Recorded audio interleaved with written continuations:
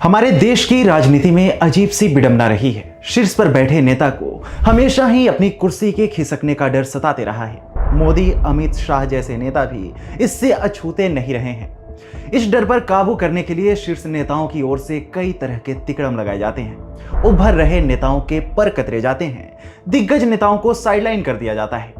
ऐसे लोगों को मुख्यमंत्री बनाया जाता है जो उनके इशारे पर काम करते रहे। लेकिन जब कुर्सी सौंपने की बारी आती है तो ऐसे लोगों को चिन्हित किया जाता है जिससे शीर्ष नेतृत्व को भी खतरा न हो और कुर्सी भी सुरक्षित रहे।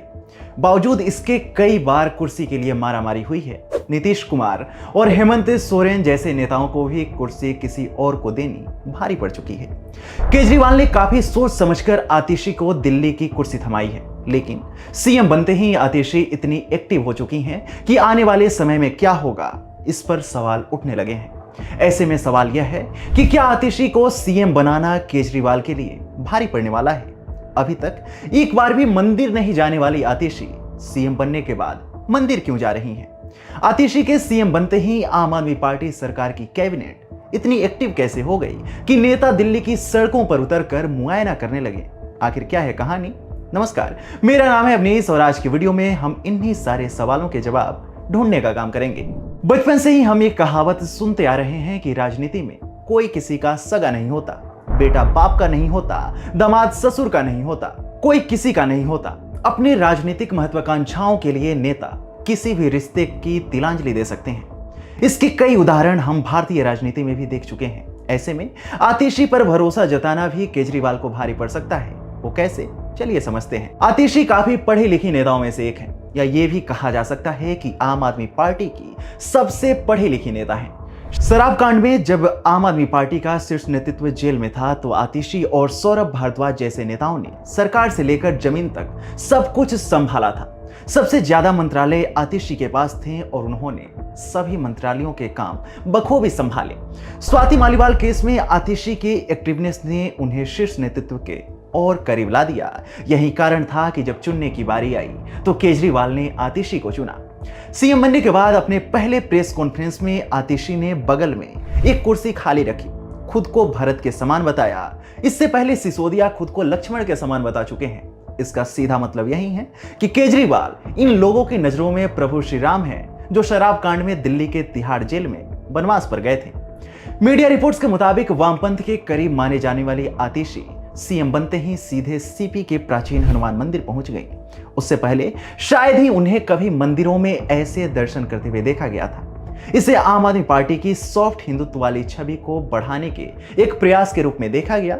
उसके बाद आतिशी ने सरकार की कई ऐसी योजनाओं को मंजूरी दी है जिसका सीधा लाभ आने वाले समय में दिल्ली विधानसभा चुनाव में देखने को मिलेगा। कोरोना वॉरियर्स को 1-1 करोड़ रुपए की सम्मान राशि देने का मामला हो या फिर दिल्ली की महिलाओं को मुख्यमंत्री महिला सम्मान योजना के जरिए 1000 रुपए हर महीने देने का मामला हो, आतिशी के हस्ताक्षर से अब दिल्ली के सारे काम हो रहे हैं। दिल्ली सरकार के मंत्री आतिशी के इशारे पर काम कर रहे हैं। आज दिल्ली कैबिनेट सड़कों पर उतरी और स्थिति का आकलन किया तो यह आतिशी के इशारे पर ही किया गया। तमाम राजनीतिक विश्लेषक भी ये मानने लगे हैं कि आतिशी केजरीवाल की बेहतर उत्तराधिकारी साबित हो सकती हैं। आम आदमी पार्टी के कई नेता भी आतिशी की कार्यशैली की पहले भी सराहना कर चुके हैं। भले ही आतिशी का राजनीतिक करियर काफी लंबा न रहा हो, लेकिन इतने कम समय में पार्टी कैडर्स की पसंद बनना भी किसी उपलब्धि से कम नहीं है। दूसरी ओर पूरी तरह से बेदाग छवि वाली आतिशी को अब दिल्ली का सीएम बनाया गया है तो पार्टी कैडर्स अब उनमें अपनी उम्मीद ढूंढने लगे हैं। आम आदमी पार्टी के जो नेता पिछले कुछ हफ्तों तक जमीन पर नहीं उतरे थे, वे अब जमीन पर उतरकर स्थिति का आकलन कर रहे हैं। आने वाले कुछ ही महीनों में दिल्ली में चुनाव है, यह इसका असर भी हो सकता है, लेकिन इसके पीछे आतिशी की रणनीति को भी नकारा नहीं जा सकता। इससे इतना तो साफ हो गया है कि आतिशी शीर्ष नेतृत्व के आगे खुद की तगड़ी दावेदारी पेश करने की तैयारी में है। आने वाले चुनाव में वो थाली में सजाकर सीएम की कुर्सी केजरीवाल को परोसेंगी, इसकी संभावना काफी कम नजर आती है। कलयुग के राम और लक्ष्मण शराब घोटाले के मामले में तिहाड़ की यात्रा के बाद जमानत पर बाहर है। ऐसे में कलयुग के भरत पर भी चीजों को लेकर उतना ही भरोसा किया जा सकता है जितना भरोसा रावण को विभीषण पर था और बाली को सुग्रीव पर था। इससे इतर अगर देखें तो अरविंद केजरीवाल और आम आदमी पार्टी पर दिल्ली की जनता का भरोसा पहले की अपेक्षा थोड़ा डगमगा गया है।